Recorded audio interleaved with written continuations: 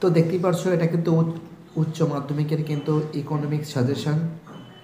যারা কমার্সে পড়াশোনা করে এবং যারা আর্টসে পড়াশোনা করেছে তাদের জন্য কিন্তু আমাকে কিন্তু প্রচুর রিকোয়েস্ট করেছে যে স্যার আপনি ইকোনমিক্সের সাজেশনটা কেন বের করছেন না। তো দেখো সময়ের অভাবে আমি বের করতে পারছি না, বাট আজকে বের করেছি। আমি আজকে দুটো সেট নিয়ে আলোচনা করবো। টোটাল তোমাদের 5খানা সেট দেখাবো। এই 5খানা সেট যদি সলভ করতে পারো তাহলে 100% কিন্তু কমন আসবে। টোটাল কতগুলো সেট? 5খানা সেট, এবং একটা সেটে প্রত্যেকটা সেটে কিন্তু একই প্রশ্ন কমন আছে, ঠিক আছে। টোটাল সেট কিন্তু 5টা। 2025 সালের সাজেশান, ইকোনমিক্স সাজেশান, খুবই গুরুত্বপূর্ণ।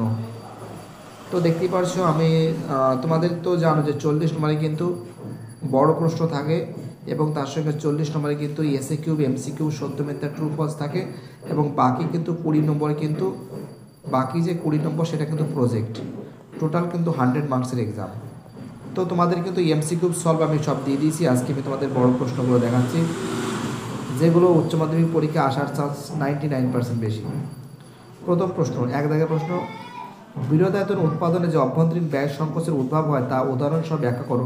স্বল্পকালীন পরিবর্তনীয় অনুপাতের বৃদ্ধিটি লেখো। আমি বলতে পারি এটা 99% আসবে, ঠিক আছে। মিলিয়ে দেখবে যা যা বলছি আমি।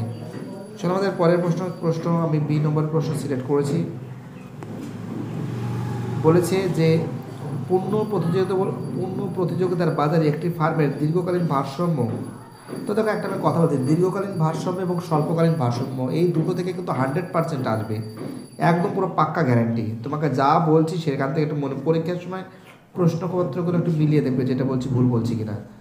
এর সঙ্গে আরেকটা প্রশ্ন আমরা সিলেক্ট করেছি, উৎপাদন বন্ধের বিন্দু কি, ঠিক আছে। উৎপাদন বন্ধের বিন্দু কি কোন অবস্থায় একটি পূর্ণ প্রতিযোগিতামূলক ফার্ম এই বিন্দুতে পৌঁছাতে পারে তা ব্যাখ্যা কর। খুব ইম্পর্টেন্ট প্রশ্ন বলে আমি মনে করি। চলো আমাদের সি দাগের প্রশ্নটা কি সিলেক্ট করেছি দেখে নাও। সি দাগের প্রশ্ন বলেছে যে কেইন্সের মতে নগদ অর্থ হাতে রাখার 3টি উদ্দেশ্য কি, ব্যাখ্যা করো। তোমার খাজনা আধুনিক তত্ত্বটি ব্যাখ্যা করো। দেখো খাজনার আধুনিক তত্ত্ব, ঠিক আছে। খাজনার আধুনিক তত্ত্ব খুব ইম্পর্টেন্ট, এই দুটো প্রশ্ন কিন্তু খুব ইম্পর্টেন্ট।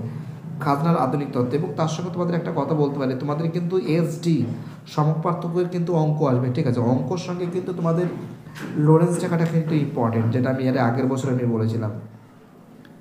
এই একটা প্রশ্ন, বাণিজ্যিক ব্যাংকের মূল কাজগুলি লেখো। তো দেখ আমি একটা কথা বলছি, বাণিজ্যিক ব্যাংক এবং কেন্দ্রীয় ব্যাংক এই দুটো ব্যাংক থেকে কিন্তু 100% পরীক্ষা একটা আসবে, অর্থাৎ বাণিজ্যিক ব্যাংক কিন্তু 100% ইম্পর্টেন্ট, বাণিজ্যিক ব্যাংক, ঠিক আছে।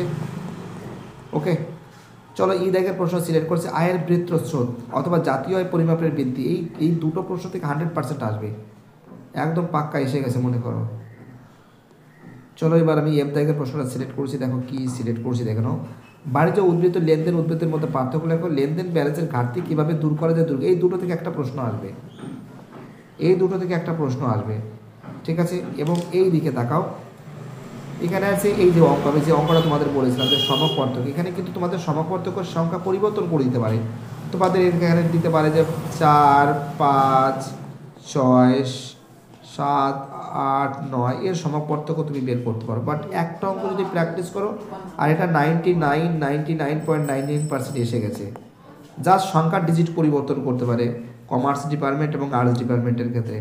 এই যে সমপার্থক্য কাকলের সুবিধা অসুবিধা, বাট এর সঙ্গে আরও কিছু কোশ্চেন আমি দেখেছি লোরেন্স টেকাটা পরীক্ষায় দেয় কিন্তু। বাট আমি মনে করি তোমরা এই অঙ্ক যদি প্র্যাকটিস করে যাও তাহলে এই অঙ্ক মানে এক্সট্রা পড়তে হবে না। আর অঙ্ক খুবই কিন্তু ইজি, একবার দুবার প্র্যাকটিস করলে কিন্তু করতে পারো। আর তোমরা অনলাইনে সার্চ করলে পেয়ে যাবে, আমি অনলাইনে অঙ্ক কিন্তু সব করে দিয়েছি, ইকোনমিক্সের অঙ্কগুলো। তোমরা লিখবে আর কি এইচএস ইকোনমিক্স ম্যাথ মানে কি আছে এসডি বা math question paper solve economics HS ডব্লিউবিবিএসসি 2015, 2016, 2017 এরকম করে সার্চ করে পেয়ে যাবে আমাদের অঙ্কগুলো। সব অঙ্ক সলভ করে দিয়েছি কিন্তু আমি। এইচ দেখে প্রশ্ন কী বলছে, ভারতের কর্মসংস্থান বৃদ্ধির জন্য সরকার যে সমস্ত ব্যবস্থা গ্রহণ করছে সেগুলি উল্লেখ করো, অথবা ভারতবর্ষের দারিদ্র্য দূরীকরণের প্রধান কর্মসূচি। এইটা তোকে দেবেই। আমি মনে করি এই যে সেটটা আমি দিয়েছি, এই সেট যে করবে সে কমসে কম 80% কমন পাবে, 80% থেকে 90% সে কিন্তু কমন আসবে, তার পুরো পাক্কা গ্যারান্টি। এবার আমাদের সেট 2টা দেখাচ্ছি সেট 2 কোনগুলো ইম্পর্টেন্ট সিলেক্ট করেছি।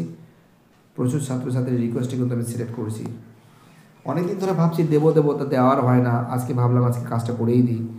প্রথম প্রশ্ন সিলেক্ট করছে উৎপাদন প্রক্রিয়ায় স্বল্পকালীন পরিবর্তনের অনুপাতের ভিত্তিটি ব্যাখ্যা করো। বৃহদায়তন উৎপাদনের যে অভ্যন্তরীণ ব্যয় সংকোচ, এই যে বৃহদায়তন উৎপাদনের অভ্যন্তরীণ ব্যয় সংকোচ।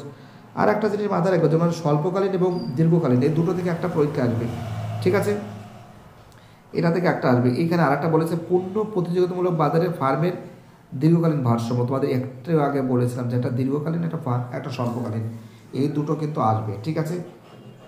এখানে দেখো আরেকটা প্রশ্ন দিয়েছে, সিলেক্ট করা হয়েছে খাজনার আধুনিক তত্ত্বটির সংক্ষেপে আলোচনা করো নগদ পছন্দের তত্ত্ব কীভাবে সুদের হার নির্ধারিত। দেখো এটা পড়ে যাবে, আমি বলবো যে 100% ইম্পর্টেন্ট। আমি মনে করি খাজনার আধুনিক তত্ত্বটা ইম্পর্টেন্ট আছে, রিকার্ডো যে আছে রিকার্ডোটা ভালো করে পড়বে। রিকার্ডোর আধুনিক খাজনা তত্ত্বটা পরীক্ষায় মাঝে মাঝে দিয়ে থাকে, আর এটা তো পরীক্ষায় এসে গেছে। মনে করো পরীক্ষায় তোমরা এই কোশ্চেনটা কমন পাচ্ছ, তো একদম পাক্কা শিওর এটা 100% আসবে। 99% কেন আমি দেবো, 100 দেবো। এটা পরীক্ষায় এসে গেছে, একটা স্বল্পকালীন, একটা দীর্ঘকালীন, আর একটা আয়ের বৃত্ত স্রোত। এ ভগবানও আটকাতে পারবে না তোমাদের পরীক্ষার কোশ্চেন থেকে। এই যে এই কোশ্চেনটা তোমাদের আমি একই কথা বলছি, এটাও পরীক্ষা দিয়ে দিচ্ছি, এটা মনে করি এসে গেছে পরীক্ষায়। বাণিজ্যিক ব্যাংকের কার্যবলী আলোচনা করো, বাণিজ্যিক ব্যাংক কীভাবে আমানত সৃষ্টি করে, একদম পাক্কা গ্যারান্টি আসবে, একদম 100% এসে গেছে পরীক্ষার হলে, দেখবে পরীক্ষা এসে গেছে। চলো, আর এখান থেকে একটা প্রশ্ন আসবে, এখান থেকে একটা প্রশ্ন আসবে তোমাদের এই লেনদেন ব্যালেন্সের সকল সমতা থেকে। এখানে লেনদেন ব্যালেন্স কিন্তু আগেও দুটো প্রশ্ন দিয়েছি, তোমরা সেট 1 আর সেট 2 এই দুটো সেট থেকে যা সাজেশন দিয়েছি এইগুলো যদি করে যাও আর কোনো কিছু করতে হবে না, ঠিক আছে। এখান থেকে একটা বুদ্ধি তোমাদের আমি দেখাচ্ছি, এখানে দেখেছো জি দেখেরও একটা প্রশ্ন দিয়েছি সমক পার্থক্যের সুবিধা অসুবিধা। তো দেখো আমি লোরেন্স রেখার থেকে সমক পার্থক্যটা বেশি ইম্পর্টেন্ট দেখতে পাচ্ছি, বাট তোমরা যদি এটা যদি পড়তে না চাও তোমরা এখান থেকে না অঙ্কগুলো করে যাবে। এখান থেকে এসডি টাইপের কিন্তু অঙ্ক আসে 5 নম্বরে একটা প্রশ্ন, এটা ভালো করে প্র্যাকটিস করে দেবে। সমক পার্থক্য যেমন 6, 7, 8, 9, 10 সমক পার্থক্য নির্ণয় করো, বা 12, 13, 14, 15, 16 এরকম কতগুলো ডিজিট দেবে, এত সহজ অঙ্ক, এগুলো কিন্তু আমি করিয়েছি, তোমরা দেখে নেবে। এবং এইচ দেখের যে প্রশ্ন সিলেক্ট করেছি, এখানে এইচ দেখের প্রশ্ন কি সিলেক্ট করেছি, বলেছে যে ভারতের বিভিন্ন ধরনের বেকারত্ব নিয়ে আলোচনা করো, বা ভারতের দারিদ্র্যের বিভিন্ন পরিমাপ সম্পর্কে লেখো। তো দেখো আমি মাত্র দুটো সেট দিয়েছি, এই দুটো সেট যদি ভালো করে প্র্যাকটিস করে যাবে তো আমি বলতে পারি 100% তোমরা কমন পাবে, যারা কমার্সে পড়াশোনা করো আর যারা আর্টসে পড়াশোনা করো, ঠিক আছে। এই দুটো সাবজেক্ট থেকে আমি বলতে পারি 100% আসবে। এটা আমাদের ইকোনমিক্সের সাজেশন পুরোপুরি সম্পূর্ণ করে দেওয়া হয়ে গেছে, ব্যাস চোখ বন্ধ করে ভালো করে পড়াশোনা করো, এই দুটো সেট করলেই হয়ে যাবে, ঠিক আছে। অনেকদিন ধরে ভাবছি দেবো আর দেওয়ার হয় না, ভাবলাম আজকে দিয়েই দিই, ঠিক আছে। Bye, tata.